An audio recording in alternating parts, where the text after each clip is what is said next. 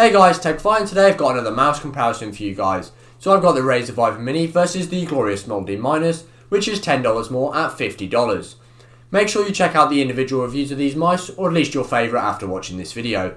If you find this video helpful, please consider subscribing to the channel and let me know which mouse you think you prefer. Without further ado, let's get into this.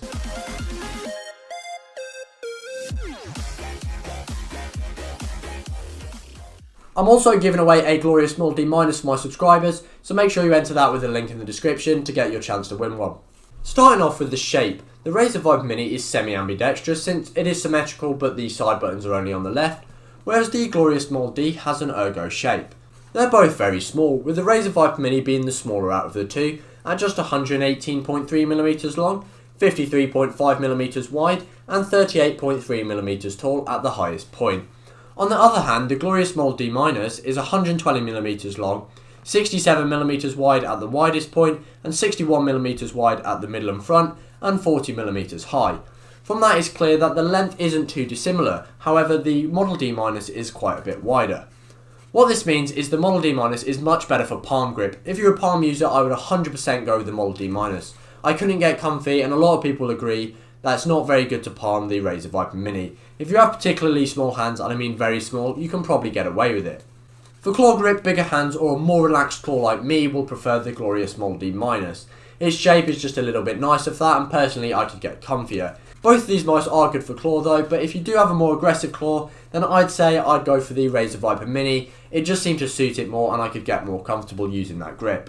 For fingertip grip, once again both mice are pretty good, but I definitely think the Razer Viper Mini with its semi-ambidextrous shape and slightly smaller size suits it, especially if you have smaller hands. Obviously, once again, if you have larger hands, then these are both small mice, so it doesn't really suit either, but the Model D Minus is slightly bigger. Weight-wise, these are both 61 grams, which is a nice low weight and makes them feel agile, and I really do like that about them. Obviously, it's identical, so neither mouse wins because of the weight. However, if you watch my individual review of the Model D Minus, you'll see that the build quality is actually quite poor. A lot of you rightly pointed out that, yes, you're not going to put force by squishing it or pressing the bottom, but I do think it is a bit weird how, without holes in it or anything, there is no deck flex, no creaking, no braking of the Viper Mini, whereas with the Model D Minus you definitely get that extra flex and lower build quality. Obviously, in normal use, you're not going to break the Model D Minus like I did, but it's definitely something to consider, and the fact that if you get angry and slam your mouse down, you could dislodge the PCB and render your mouse useless or need replacement parts, I think that's definitely not something you should be having to deal with, especially when you're paying $50. Sensor-wise, neither is particularly bad. The Razer Viper Mini has a sensor with up to 8500 dpi and a lift-off distance of 7 playing cards. However, that does get absolutely beaten by the Pixar PMW 3360 in the glorious Model D Minus. It tracked up to just a height of 4 playing cards, also has a 1000Hz polling rate, but a maximum DPI of up to 12,000.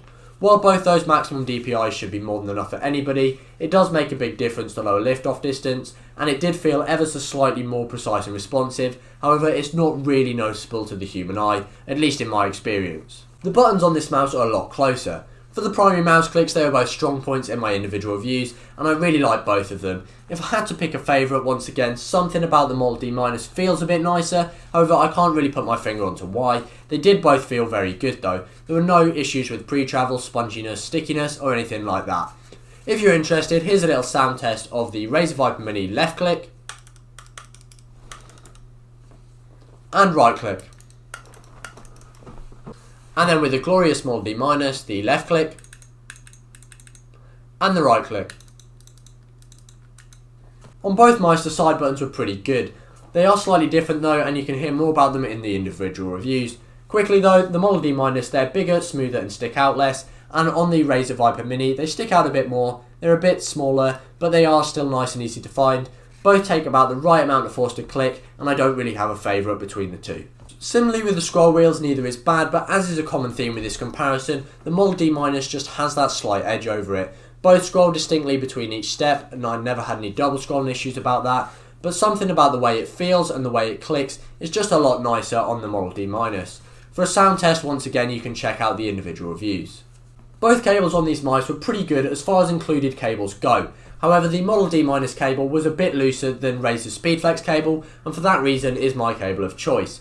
The Model D Minus also is very easy to swap out the cable if that is something you like to do. The feet are decent on both. They're both made of PTFE and glided about the same. On the Razer Viper Mini you have two skates at the top and bottom. On the glorious Model D you have one in each corner, and then the optional larger skates which you can stick on, which I personally have done, and it just helps add that extra bit of glide. I think simply for that reason it makes this mouse a winner, because you get that extra bit of customization, but ultimately the feet are about equal on both mice.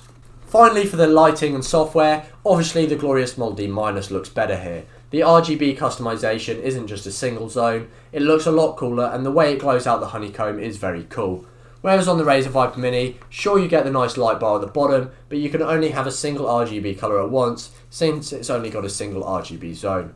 Razer Synapse is years ahead of the software that the Model D Minus uses though, so that is definitely something to consider, but you can easily find all the options you will need for the Model D Minus. It may just take you a bit longer to get exactly what you want.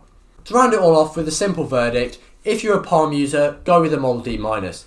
If you're a claw user, if you've got smaller hands, I'd say the Razer Viper Mini, or if you use a more relaxed claw, the Model D Minus, and then if you have bigger hands, definitely go with the Model D Minus, because that extra bit of size helps. For a bit of reference for everything I've said, I have a relaxed palm grip and my hand size is about 17cm by 8.5cm. For fingertip grip, I think the Viper Mini is better, however the Model D Minus certainly isn't bad. Obviously, bear in mind that the build quality is a bit subpar on the Model D Minus, and is something I'd definitely consider, especially since it's $10 more, and I think the Razer Viper Mini is a solid mouse, no pun intended.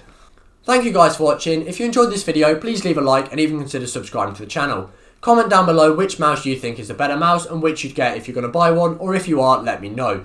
For your next video, obviously just check out one of the reviews of these mice. I recently explained how I broke my glorious Model D Minus, and there's also a giveaway in there, so make sure you check that out. Thank you guys for watching, and I'll see you guys next time.